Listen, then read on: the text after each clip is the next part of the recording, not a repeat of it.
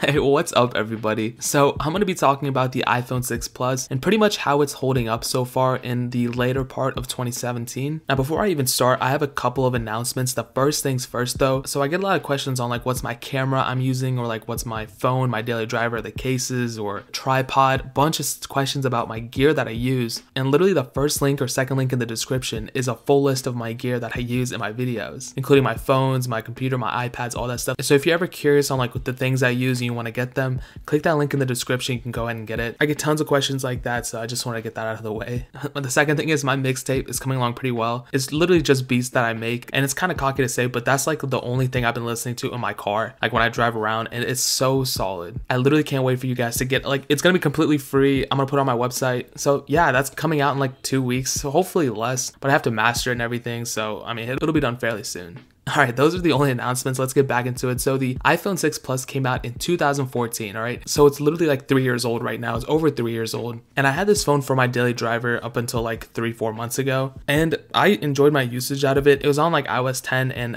it was running fairly solid. I had like pretty decent, I would say like 8 out of 10 experience on it. The size to me was obviously perfect. Apple hasn't really changed their design besides the iPhone X, but you know, as I said, it's the same size as the iPhone 8 Plus. Obviously it has different cameras, different camera setup, no wireless charging, but you know, it has the basics. The buttons are still solid as well. The button actually clicks in on this. It's not like the vibration thing or haptic feedback button on these 7 Plus, 8 and all those. But I kind of prefer the clicky button over just the vibration feeling. I don't know, it's just something just about me. Now looking at the front, the screen is 5.5 inches, which is the same as all the other Plus variants of even the new iPhones. And what's crazy is that this same panel is the same resolution as the brand new iPhone 8 Plus, which is worth like twice or 3 times more the price. So that's pretty crazy. Like, you know, they could have changed something there without having you bump up to the X. I don't really know, that's just something about it. But switching to the back real quick, the back camera is honestly not that bad. It's only 8 megapixels. You can shoot 1080p video from it, but if you're outside and you're taking photos and stuff, it won't be that bad. The front camera is okay. It's only 1.2 megapixels. Don't expect to take like crazy awesome like dope photos on it. Just expect to get the bare minimum from it, I guess. That's the best way I can put it. But if you're getting this phone, you're probably not getting it because of the camera. You're probably getting it for the price because this phone doesn't really cost that much to get anymore. The phone has honestly gotten a little bit slower since iOS 11, but pretty much every single phone that Apple's ever made has gotten slower since iOS 11. So I would kind of recommend getting an iPhone 6 Plus with iOS 10 installed on it, but if it already has iOS 11, because you probably have to get this phone used at this point, just know that iOS 11 will get better over time. The phone does have a dual core processor, so it's not that bad, but like I said, iOS 11 on most phones are not doing too well right now. And gaming is also pretty decent.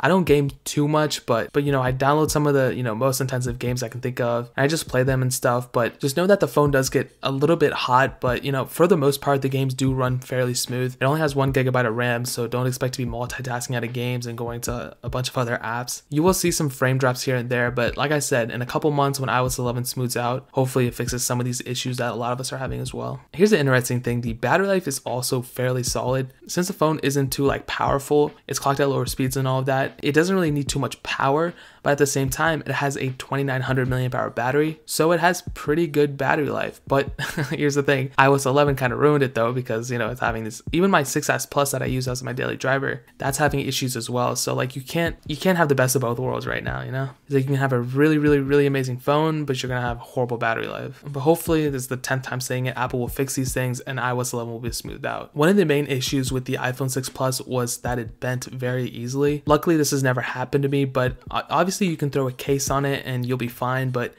you still want to kind of be careful, you know, don't be putting any of your tight jeans or stuff like that. I mean, if it bends, it bends, you know. But if you do want to check out some of the cases that I've previously owned, check out my gear page in the description. You'll find some ones that I've used before.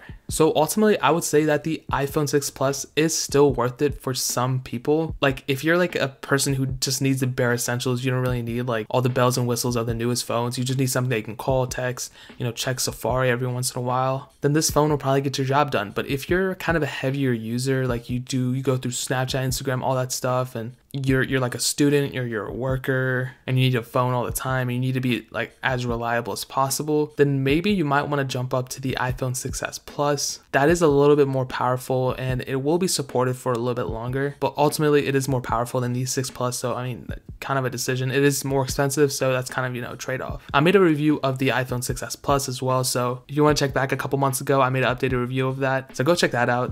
That'll give you more insight of that. I'll put a link in the description as well. But there's still a bit of life left in the 6 Plus. It's probably getting iOS 12, so it'll probably last you another year, but once iOS 11.3.3 comes out or whatever, I'm gonna stick there. I'm not gonna jump up to iOS 12. But guys, that's pretty much it. I don't really have much else to say, but like I said, the mixtape's coming soon. The gear page in the description if you guys need to check out anything. But if you're extremely new to this channel, please add me on all the social networks you see on the screen. That would mean so much. You guys have no idea. Like this video if you enjoyed it. If you want to see more videos of me talking about older phones or anything, definitely hit a like. And if you guys have a phone that you want to see me review or like get and then review again, leave it in the comment section below and I'll definitely be happy to grab it and make a review of it. But if you're extremely new to this channel, please hit that subscribe button. I'm trying to get 20,000 subscribers by the end of this year. Like I said before, I'm pretty sure it's gonna happen, but I need everyone's support in order to do it. So please hit that subscribe button. But more importantly than anything else, I love every single one of you guys, and hopefully I'll catch you guys in the next video.